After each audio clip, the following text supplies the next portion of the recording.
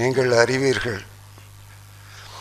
இது நெல்லையிலே ஆனி பெரும் திருவிழா நடக்கிற நேரம்.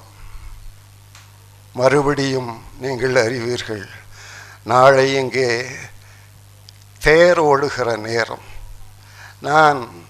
நான் என்னுடைய உரையின் வசதிக்கு நான் அந்த நெல்லை நகரிலே நடக்கிற ஆனி திருவிழாவை இந்த அப்பா கல்லூரி அரங்கிலே நிகழ்த்தலாம் என்று நான் நினைக்கிறேன். இங்கு நிகழ்வது கூட ஒரு ஆனி திருவிழா தான், ஒருவேளை தமிழ் திருவிழாவாக வைத்து கொள்ளலாம். இங்கு நிகழ்வது கூட ஒரு தேரோட்டம் தான் என்று வைத்து கொள்ளலாம். ஆமாம், தமிழ் தேரோட்டம் என்று வைத்து கொள்ளலாம்.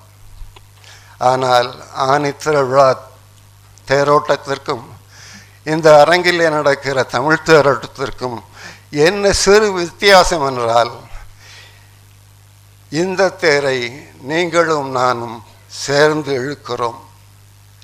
படைத்து கொண்டிருக்கிற நாங்களும் இனிமேல் படைக்க இருக்கிற நீங்களும் சேர்ந்து வடம் பிடிக்கிறவர்களாக இருக்கிறோம். நீங்களும் நாங்களும் சேர்ந்து வடம் பிடிக்கிற இந்த மொழியின் தேர் அல்லது படைப்பின் தேர் அல்லது இலக்கியத்தின் தேர் வெறும் 4 ரதவீதிகளில் மட்டும் சுற்றி நிலையம் சேர்ந்து விடாது. யாரெல்லாம் வடம் பிடிக்கிறீர்களோ அல்லது யாரெல்லாம் வடம் பிடிக்கிறோமோ அவர்களுடைய எல்லா தெருவிலும் இந்த இலக்கிய தேர் வந்து சேரும். யாரெல்லாம் வலம் பிடிக்கிறோமோ அல்லது யாரெல்லாம் இழுக்கிறோமோ அவர்களுடைய வீடுகளிலெல்லாம் இந்த தமிழ் தேர் அல்லது இலக்கிய தேர் நிலையம் கொள்ளும் என்று நான் நினைக்கின்றேன்.